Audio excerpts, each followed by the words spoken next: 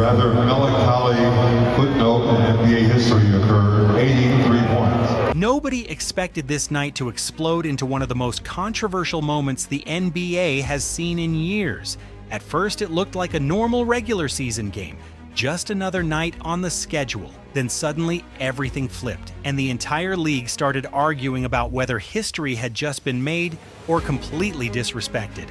Bam Alby drills his 83rd point, and the broadcast instantly cuts to his mom in the crowd, tears streaming down her face. The arena erupts. I saw only made 6 threes, but 40 free throws or something like that. Tells the story right there. And the Washington Wizards. Teammates are jumping, fans are screaming, and everyone inside that building realizes they're watching the second highest scoring game in NBA history unfold right in front of them. Before we go on, if you're enjoying the video, drop a like and subscribe. It may seem small, but it makes a huge difference for the channel. For thousands of people in that arena, it felt like one of those moments they'd be talking about for the rest of their lives. But while the celebration was going crazy inside the arena, the rest of the NBA world was reacting very differently. Online, the mood wasn't celebration at all, as it was backlash. Suddenly, the conversation shifted from historic night to full-blown controversy. Start with the Lakers. Inside their arena, the announcer didn't sound impressed one bit. The second the news spread that Bam had passed Kobe Bryant's legendary 81-point game, the reaction from parts of the crowd was simple: boos. And once that clip hit social media, the internet instantly lit up. Some fans were furious, saying the moment was disrespectful to Kobe's 81. Others pushed back just as fast. 83 is 83, right?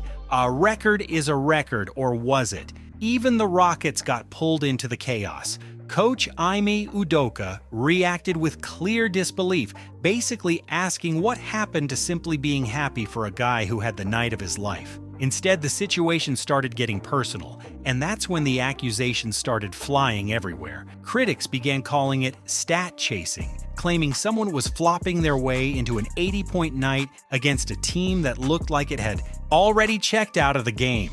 One voice even said the moment perfectly summed up Adam Silver's NBA, a brutal comment that basically suggested Bam's 83 shouldn't even count, like it deserved an asterisk bigger than the scoreboard. Then ESPN's Tim McMahon took things even further. He described the closing minutes as ugly basketball, saying Bam was firing threes while triple-teamed and calling the final stretch awful, hideous, disgusting basketball. He even threw a jab at the Heat's reputation, saying he never wanted to hear about Heat culture or professionalism again after what he believed was blatant stat chasing. So suddenly the question became unavoidable. Were these critics exposing the truth, or were they just furious that history had actually been made? Because here's the wild twist in this whole story. Bam is literally one of the last players anyone would expect to threaten Kobe's 81. He's known as a defense-first big man.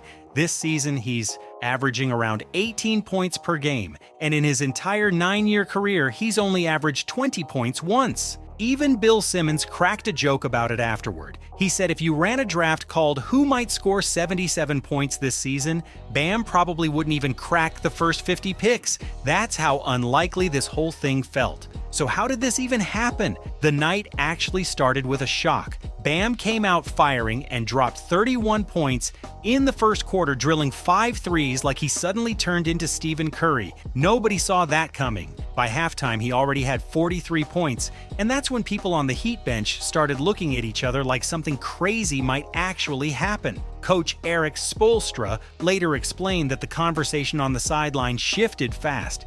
At first, it was just, great game. Then it became, can he reach 50? And a few minutes later, the question turned into something even bigger. Can he get to 60? Once that Dauper opened, the record suddenly entered the conversation. Bam stayed on the floor for 42 minutes, even though the game had already turned into a blowout. That alone had some fans raising eyebrows, but the free throws made the debate explode even more. Bam took 43 free throws that night.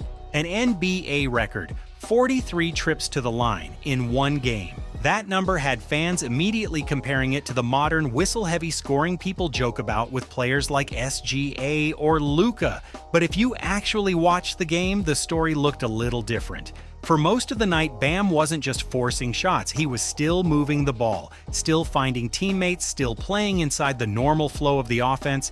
He was even picking up assists late in the fourth quarter. It didn't feel like the Bam show at all. Then everything changed with 5 minutes and 45 seconds left.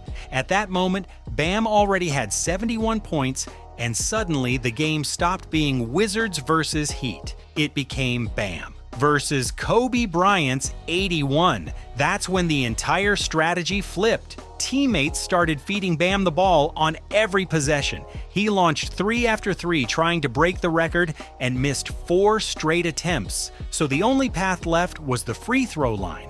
Bam kept attacking the paint, drawing foul after foul after foul to inch closer to Kobe's number. And then came the moment that made critics furious. With 1 minute and 40 seconds left, the Heat started intentionally fouling the Wizards just to stop the clock and get the ball back into Bam's hands. At one point, Keyshawn Johnson intentionally missed a free throw, hoping for a rebound so Bam could get another shot at the record. That's how intense the push became. Finally, Bam stepped to the line, knocked down the free throw, and passed Kobe's legendary 81 points. Just like that, the record was broken.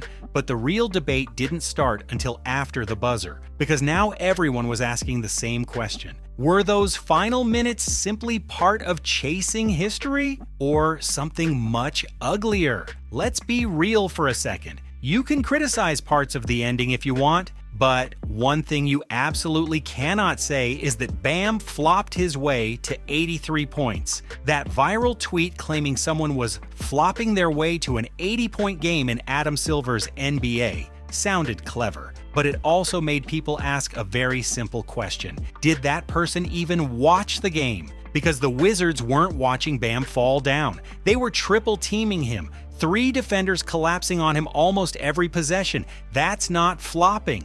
That's a player being so dangerous that the defense completely panics. Think about it. When 3 defenders crash into one player trying to stop him, fouls are going to happen. That's just basketball. So calling it flopping ignores what was actually happening on the floor, and honestly, what exactly was Bam supposed to do? Just stop playing? Believe it or not? The Athletic even published an opinion saying Bam should have stopped once he tied Kobe's 81 instead of passing it. Think about that logic for a second. Stop at the exact number. Out of respect, that would have been the real disrespect. Do people honestly think Kobe Bryant, the man who built his entire legacy on the Mamba mentality, would want someone slowing down for him? Imagine telling Kobe, "We could break your record, but we're going to stop so we don't hurt your feelings." Come on, Kobe would have hated that. If anything, Kobe respected competitors who went all out. That's what greatness is built on. Telling Bam to stop at 81 might actually be the most un-Mamba idea imaginable.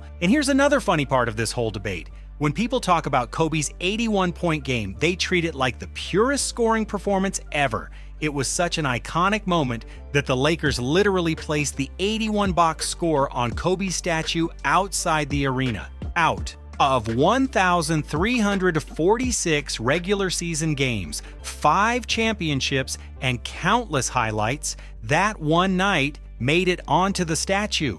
Now look a little closer at that box score. Kobe took 20 free throws that night, pretty normal for a superstar performance, but here's the detail people always forget. In the fourth quarter alone, Kobe took 13 of the Lakers' final 17 shots and all 13 of their free throws. The entire offense ran through him because everyone knew exactly what number he was chasing. And guess what? Nobody calls that stat chasing, because that's what happens when history is within reach. Let's also stop pretending Kobe never chased numbers. In his final NBA game, he took 50 shot attempts to score 60 points.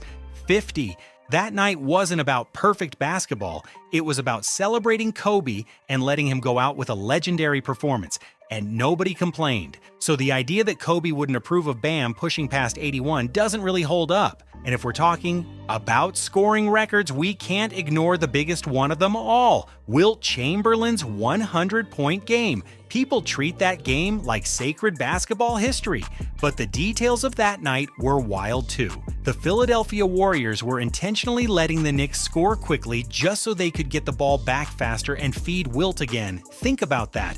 They were literally allowing the other team to score just to save time and chase the record. When you look at the history of scoring records, teammates helping a player reach a milestone has always been part of the story. So calling Bam's 83 illegitimate doesn't really make sense when you compare it to the history of these games. But while everyone is arguing about that night, something bigger is getting ignored. The Miami Heat have quietly been on a serious run. Since the All-Star break, they've been one of the hottest teams in the Eastern Conference. This win marked their 9th victory in 11 games, including big wins over the Rockets, the Red-Hot Hornets, and even the top-seeded Pistons. Now the conversation is starting to change. Are the Heat heating up at exactly the right time for another one of their famous playoff runs? We've seen this story before. When Miami gets overlooked, they become one of the most dangerous teams in the league. And it's not just Bam leading the charge.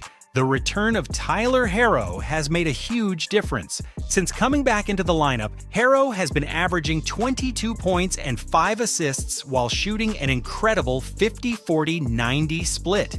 That kind of efficiency completely transforms Miami's offense. The next big test will come when Norm Powell returns and the roster finally gets fully healthy. But no matter what happens the rest of the season, one thing is already certain. This night is going to be remembered forever. The highest scoring game in Miami Heat history, the second highest scoring game in NBA history, and definitely not something that deserves an asterisk. It was chaotic, dramatic, controversial, and honestly, just wild to watch. Now, before we move on, there's another storyline around the league that deserves attention. Because while Bam and the Heat are rising, 6 NBA players have had incredibly disappointing seasons. And the strange part is these aren't injured veterans or players near retirement. These are healthy stars in their prime who suddenly took a massive step backward. So I broke them down into 3 categories: the injury situations, the age-related declines, and then the 6 strangest drop-offs in the NBA this season. But before we get into that breakdown, make sure you like the video, subscribe to the channel, and turn on notifications so you don't miss the next breakdown. And trust me, some of the names on this list might seriously surprise you.